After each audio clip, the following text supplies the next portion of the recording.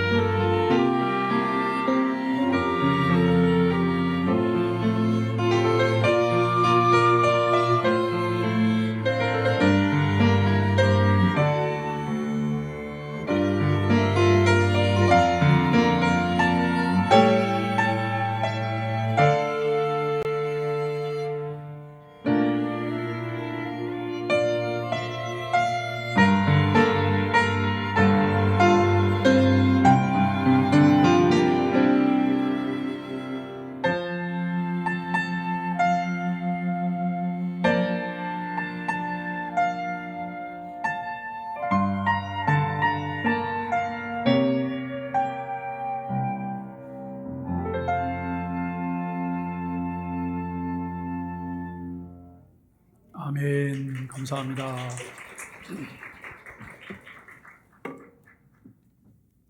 오늘 우리는 베드로전서 4장 12절로 19절까지 말씀을 통해서 고난을 복으로 여길 수 있는 그리스도인이라고 하는 주제로 함께 말씀을 나누려고 합니다. 서양 속담에 복은 고난이라는 보자기에 쌓여서 온다는 말이 있습니다. 사람들은 복을 좋아합니다. 고난은 싫어하고 두려워합니다.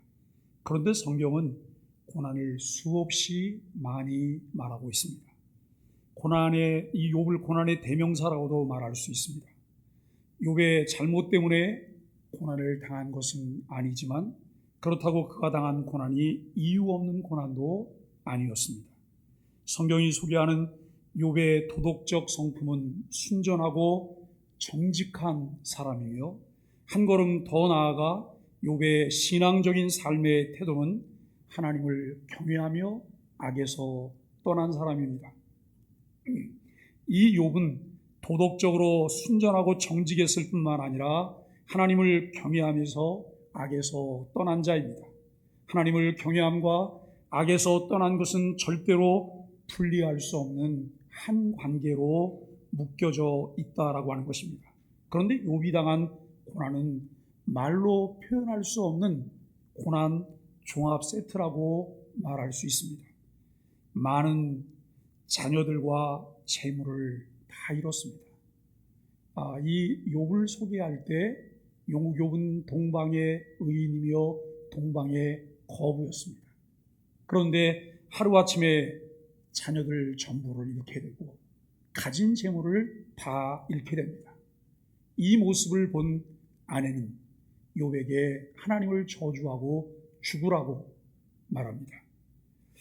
여러분, 욥은 건강도 잃게 돼서 그 몸에 이 가려움을 해결하기 위해서 기왓장을 들고 몸을 긁었다고 말을 해요.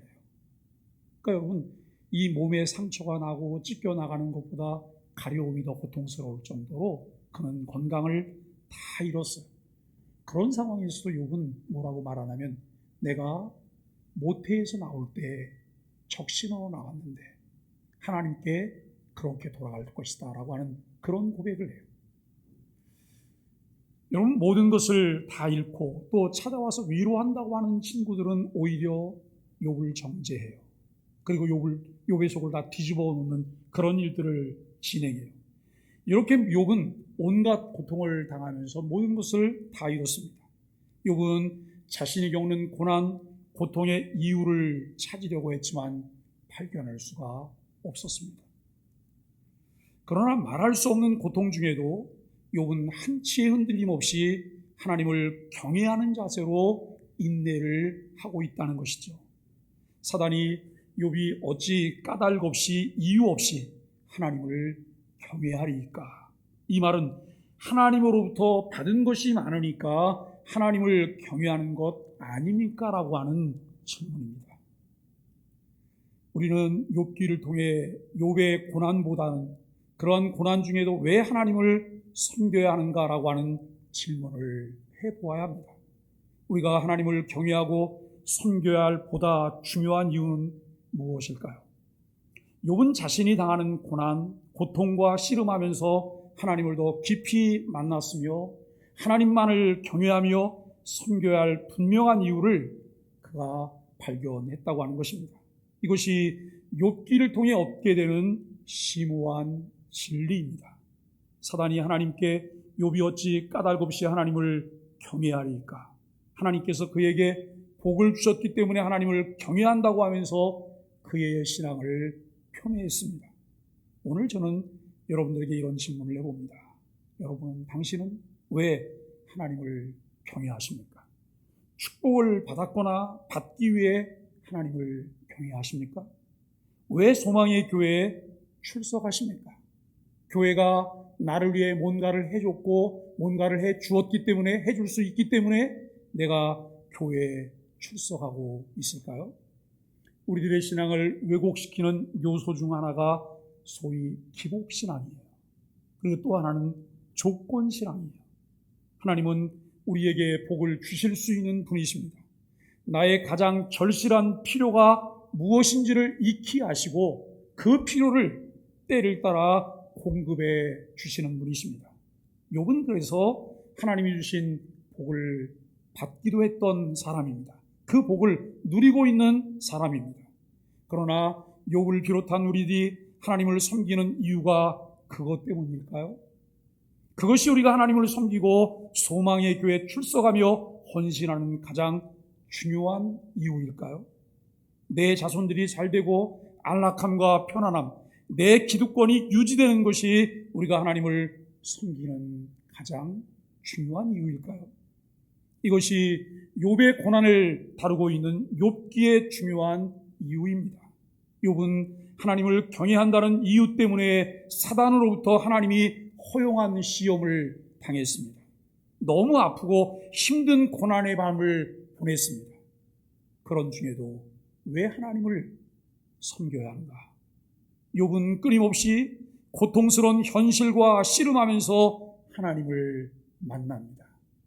고통스러운 현실이 자기 신앙을 점검하는 대상이 아니라 내 모든 것을 주관하시는 하나님이 대상이시라는 거예요. 욥기의 결론은 무엇일까요? 욥기의 마지막 장에서 욥이 잃었던 모든 것을 갑절이나 회복하게 하시는 하나님의 자비와 긍휼을 보게 됩니다. 욥은 돈이 없어도 자식이 없어도 우리의 재앙과 폭풍 속에서도 욥은 그럼에도 불구하고 하나님을 섬길 수 있는 이유를 발견하고 하나님을 변함없이 섬겼습니다. 요한계시록 4장에는 천상 예배의 광경이 나옵니다.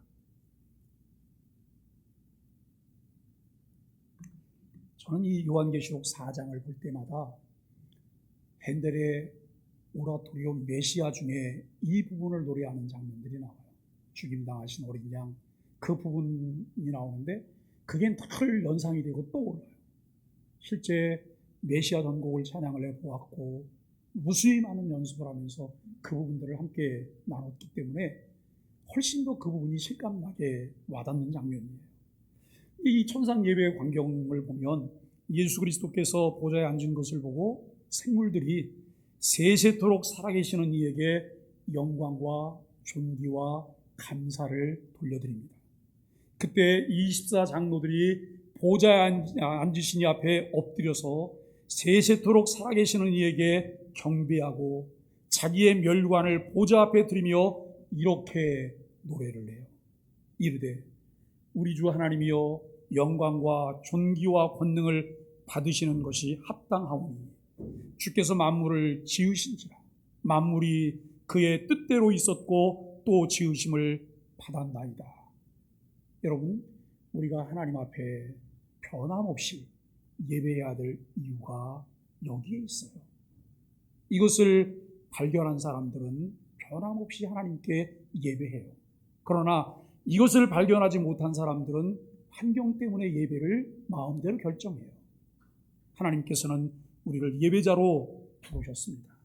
고난과 박해, 억울함과 오해 속에서도 우리가 고민하는 이유는 왜 하나님을 섬겨야 하며 우리에게 주어진 역할을 흔들림 없이 수행해야 하는지라고 하는 것이죠.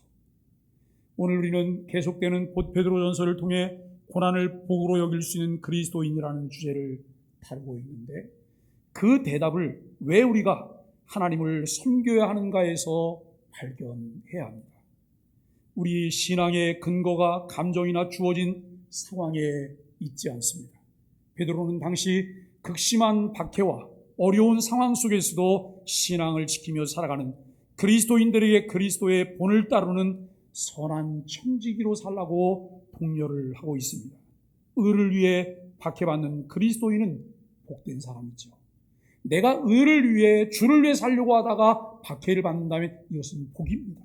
그러나 나의 과실이나 나의 악행이나 실수로 인해서 내가 고난을 받는다면 이것은 아픔이며 회개하고 돌이켜서 더 나은 것을 얻을 수 있는 기회이기도 하다라고 하는 것을 생각합니다. 고난은 고통스러운 것이지만 우리의 믿음이 자랄 수 있는 토양을 만들어줍니다. 우리가 만난 삶의 상황 때문에 원망, 불평, 염려, 근심을 한다면 심령이 피폐해집니다. 그러나 그럼에도 하나님 앞으로 나아가면 그것을 통해 하나님의 함께 하심을 경험하게 됩니다. 하나님이 주신 영원한 생명과 유업, 부활의 소망을 더 든든하게 하여 고난을 인내하게 합니다. 주어진 삶의 상황과 문제 앞에서 원망과 불편함 속에서 고난의 시간을 보내는 것이 아니라 그 고난 중에도 왜 하나님을 경외함으로 섬기는 신앙적 태도를 잃지 않아야 하는지 씨름하며 그 일의 주권자이신 하나님을 만나야 합니다. 그렇게 할 때 문제는 오히려 우리에게 화가 아닌 복이 됩니다. 이미 나눴던 말씀처럼 왕 같은 제상의 정체성을 가진 우리는 그리스도를 본받아 고난 중에도 사랑과 선을 행하며 은혜를 맡은 자답게 하나님께 영광을 돌리며 살아야 합니다. 베드로는 4가지 소주제를 다루고 있습니다. 이 베드로전서에서 다루고 있는 4가지 소주제는 그리스도인의 소망, 그리스도인의 거룩함, 그리스도인의 고난, 그리스도인의 의무입니다. 이러한 주제에 접근하기 위해서 중요한 것은 자신의 정체성과 소명입니다. 예수 그리스도를 통해 하나님의 자녀가 되는 권세를 가진 그리스도인으로 태어났다면 우리에게 주어진 이 4가지 주제를 보아야 합니다. 말씀 앞에 오늘도 우리는 정직하고 솔직하게 자신을 내어놓아야 합니다. 나에게 주님은 어떤 분인가? 내가 이해한 하나님은 어떤 분이실까? 내가 이해한 성경이 계시한 하나님 앞에 나는 어떤 존재일까? 하나님께서는 왜 나를 자녀로 부르시고 왜 사명자로 나를 하나님께서 불러주셨을까? 자녀인 나는, 사명자인 나는 그 일 앞에 어떻게 반응하며 결정하는 태도를 가지고 살아가고 있을까? 우리는 이 4주제 속에서 정체성과 함께 보다 분명하게 확인해야 할 것이 소명인 부르심입니다. 자녀로 부르시고 사명자로 부르셨다는 확신이 우리를 그리스도의 본을 따르는 선한 청지기로 살게 합니다. 다니엘처럼 하나님을 숨기는 것 때문에 굶주린 사자굴에 던져지는 상황을 만난다 할지라도 하나님을 섬기며 경외하는 것에 한치도 흔들림이 없을 수 있는 이유가 우리에게도 있어야 한다는 것이죠. 사자굴에 던져졌지만 하나님이 주신 은혜로 사자들이 그를 해하지 않았습니다. 우리는 다니엘이 사자굴 속에 들어가 있는 성화를 그려놓은 그 성화를 보는 순간 정말 가장 거룩한 평화를 느끼게 돼요. 가장 거룩한 안전함을 느끼게 돼요. 다니엘은 굶주린 사자굴 속에 던져졌지만 그는 사자들의 순복함으로 사자들의 배를 베게 하고 누워 잠을 자고 있습니다. 그리고 다니엘을 왕이 사자굴에서 건져내고 난 이후에 다니엘을 모함했던 사람들을 사자굴에 던졌을 때 그렇게 얌전하게 순복했던 사자들이 그 사람들을 뼈째 다 삼켰다는 거예요. 뼈째 다 씹었다는 거예요.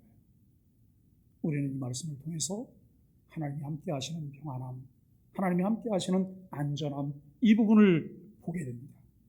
다니엘은 그런 하나님의 보호하심이나 은혜가 없었을지라도 그는 하나님을 향한 신앙적 태도에는 변함이 없었을 것이라는 거예요. 이것이 다니엘이 만난 하나님을 통해 얻게 된 신앙이고 그의 안에 머물고 있는 영이신 성령을 통해서 인도함을 받고 있는 것이라고 하는 것이죠. 연단하는 불같은 시험을 당하는 사람은 그리스도의 고난에 참여하게 된 것을 기뻐하며 하나님께 영광을 돌려야 합니다. 그러한 신앙적 태도를 갖는 것은 성령께서 함께 하시는 복을 누리는 성숙한 그리스도인의 모습입니다. 자기의 죄 때문이 아니라 하나님의 뜻을 따라 고난받는 이들은 자기 영혼을 신실하게 하나님께 맡기고 계속 선을 행하는 자리에 있어야 합니다. 베드로는 오늘 본문에서 흩어진 나그네로 살며 고난을 겪는 그리스도인들에게 고난을 잘 견뎌낼 때 어떤 영광을 누리게 되는지를 확증해 주고 있습니다. 그리스도인들이 세상에서 당하는 환난과 고난은 정당하지 않은 것인데 그저 세상의 그리스도인들을 미워하고 이해하지 못하며 이상히 여기고 거부하고 공격합니다. 그렇다면 우리는 이 시험을 어떻게 이해해야 할까요? 본문은 고난이 가져다주는 유익이 있으며 그것으로 그리스도인들이 고난을 이기며 기뻐할 수 있다라고 말을 합니다. 베드로 사도는 고난을 다른 단어로 표현하고 있습니다. 그것은 연단이라고 하는 단어이죠. 연단. 우리가 환난 중에 알 수 있는 것은 거의 없습니다. 여러분들이 아마 인도네시아에 쓰나미가 몰려올 때 해일과 함께 여러분 그 거센 파도가 육지를 뒤덮는 것을 영상을 통해 많이 보셨을 거예요. 무엇을 할 수 있을까요? 도망가는 것밖에. 도망가는 속도보다 더 빠른 속도로 이 물이 밀려드는 것 앞에 할 수 있는 것이 없어요. 그저 앉아서 당할 수밖에 없다. 앉아서 당할 수밖에 없다. 여러분, 유일하게 할 수 있는 것이 있다면 견뎌내는 거예요. 그 견디는 인내는 그 자체로 끝나지 않아요. 폭풍우를 동반한 소나기가 올 때는 경솔하게 행동하기보다는 잠시 비를 피하며 심호흡을 하는 것이 한 방법입니다. 인내는 포기하지 않는 힘을 만들어주고 문제를 해결해낼 수 있는 지혜를 줄 뿐만 아니라 그 힘과 지혜는 그리스도인을 더 단단하게 연단해 줍니다. 연단을 통해 단련된 그리스도인들은 그에 따른 성장으로 인해 새로운 소망을 갖게 됩니다. 하나님이 우리에게 고난을 주시는 목적 중 하나는 새로운 소망을 보게 하시는 것이죠. 고난이 결국 소망으로 이어지는 삶을 주님이 기뻐하십니다. 고난 자체는 너무 써요. 얼마나 큰 고통을 동반하는지 몰라요. 너무너무 큰 고통을 동반하기 때문에 이것을 견뎌내기가 어려워요.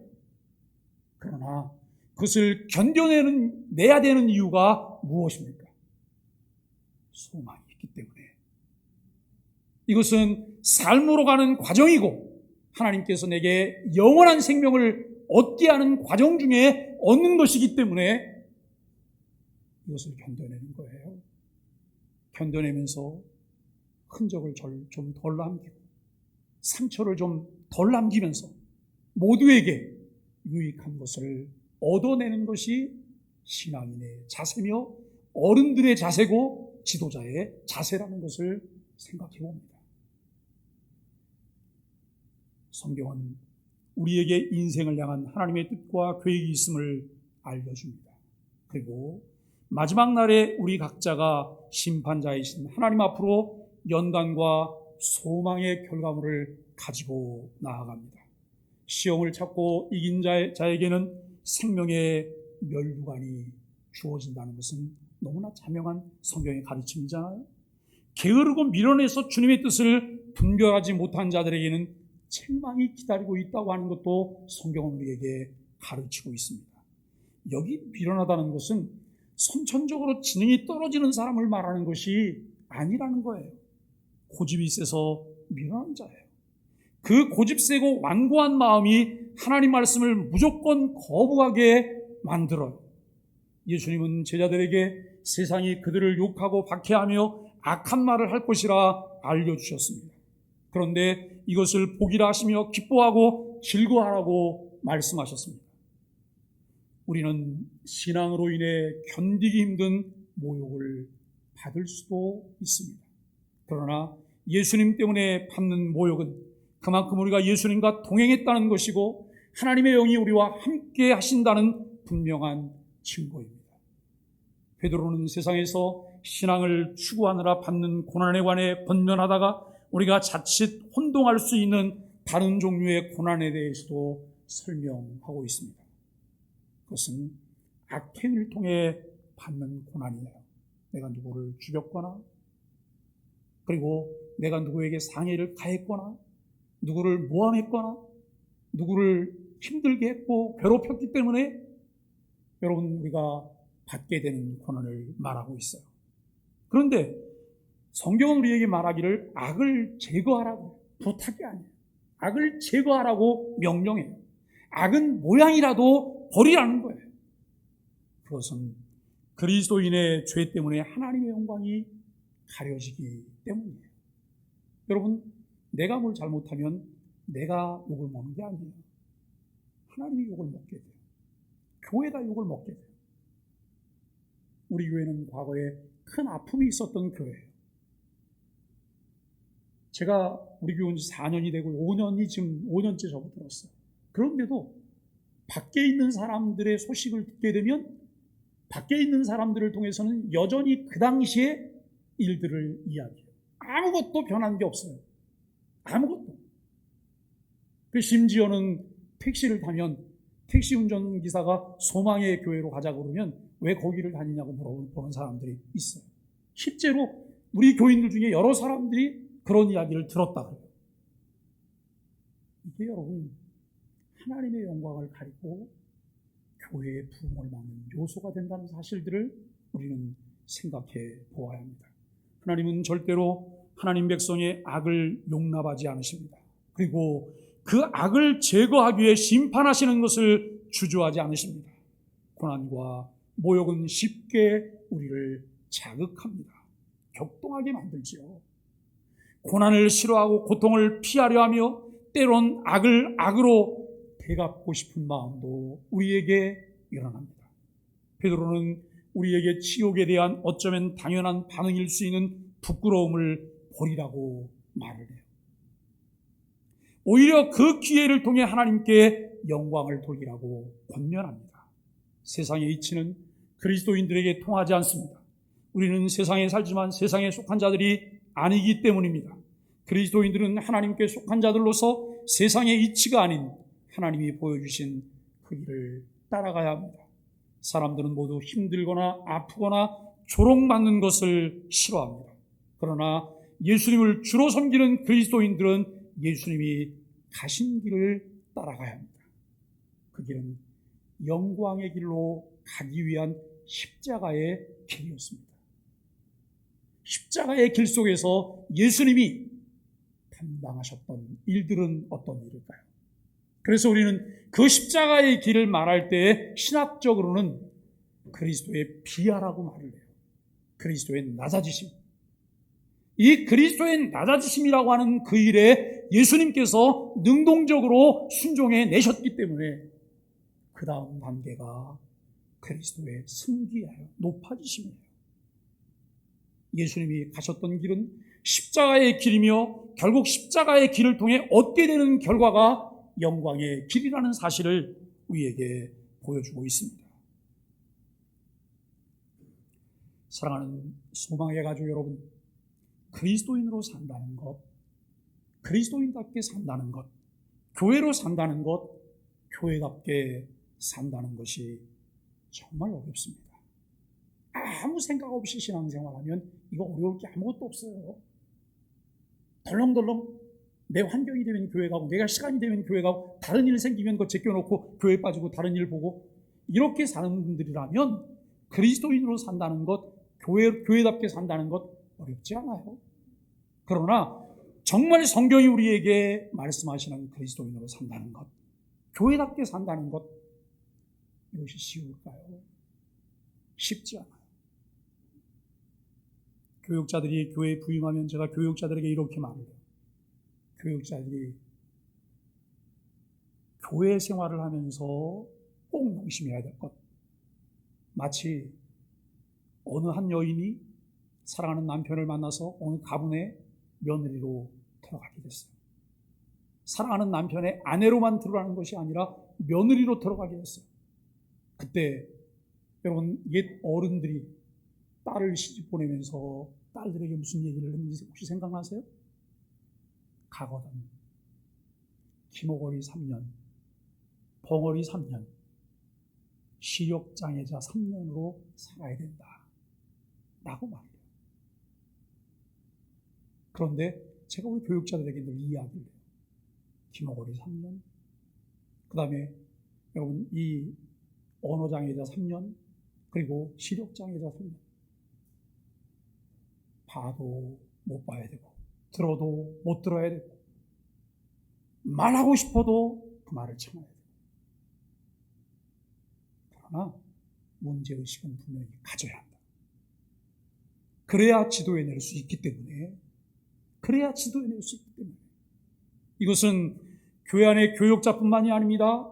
교회 안에 중요한 직분을 가진 사람들에게도 요구되는 일이에요.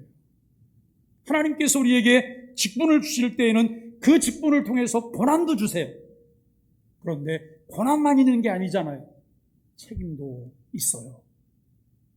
그 책임을 어떻게 감당해내느냐에 따라서 교회의 무게가 달라져요.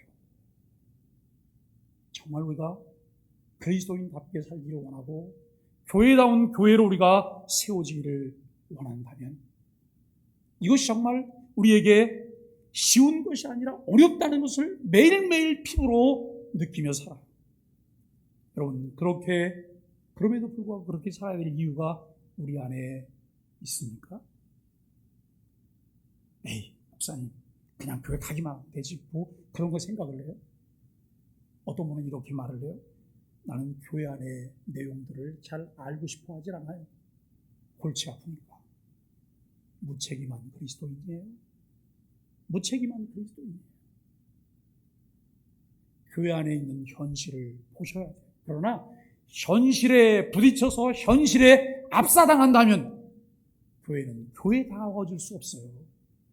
그 일을 볼 때 주께 기도할 뿐만 아니라 어떻게 이 문제를 정말 하나님이 기뻐하시는 뜻대로 처리해낼까, 해결해낼까, 그 정점에 우리가 서야 되는 거예요.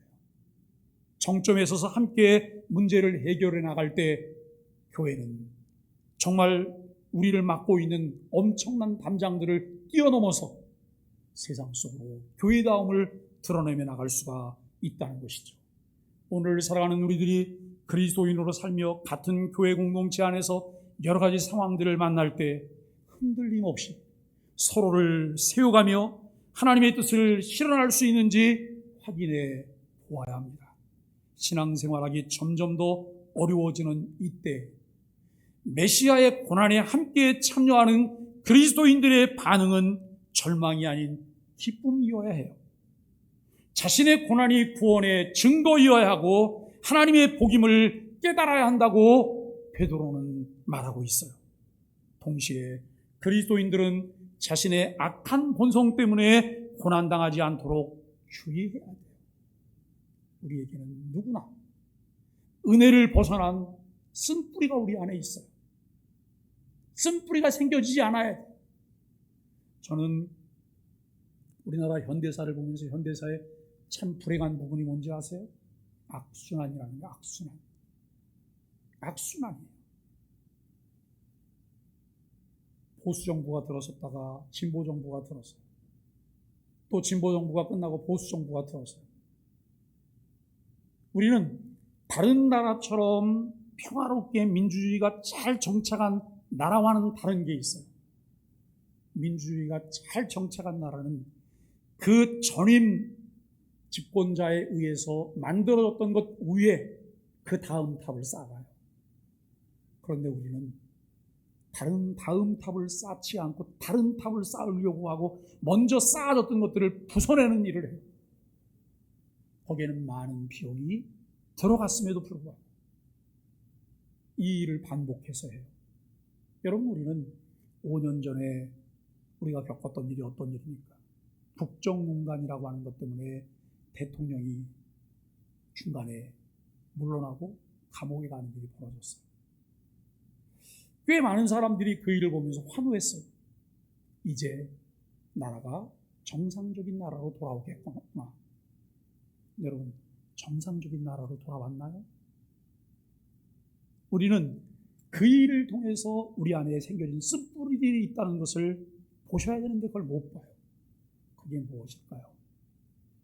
대통령도 권좌에서 끌어내렸기 때문에 현직 대통령에 대해서도, 앞으로 있을 대통령에 대해서도 너무 쉽게 말할 수 있다는 거예요. 너무 쉽게. 이것은 불행한 일이에요. 왜요?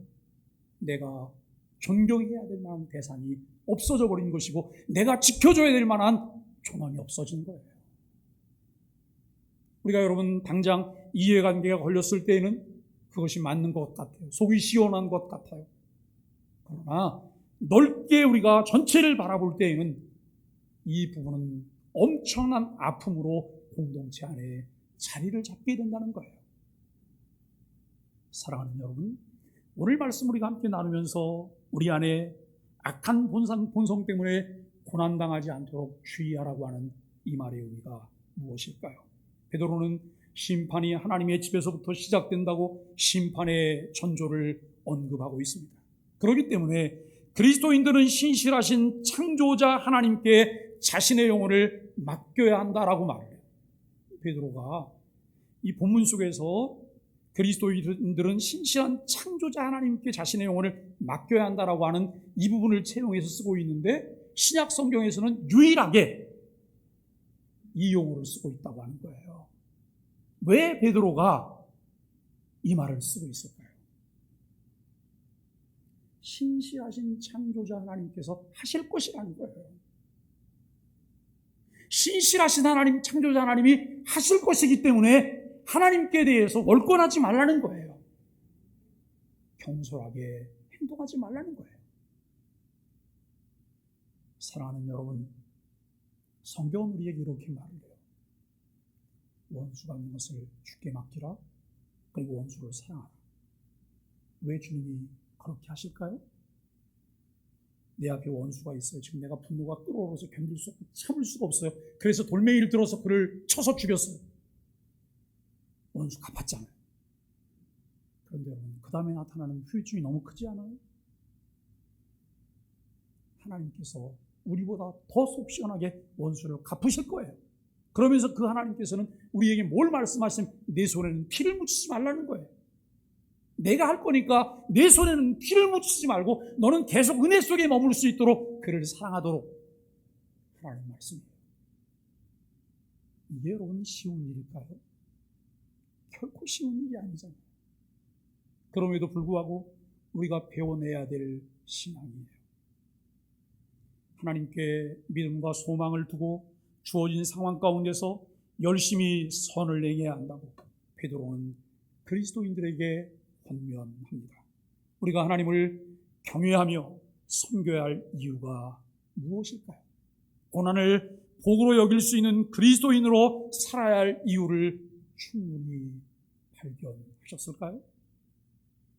우리 자신들에게 질문하며 그 답을 하나님 앞에 내어놓을 수 있는 우리 소망의 가족들이 되기를 예수 그리스도 이름으로 간절히 축복합니다.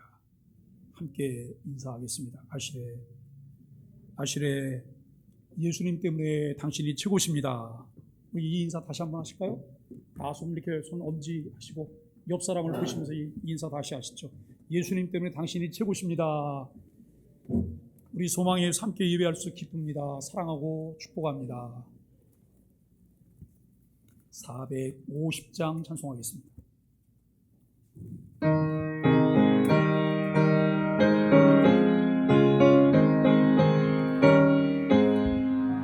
내 평생 소원이 없는 주의 일 하다가 이 세상 이별하는 날 주님 앞에 가리라.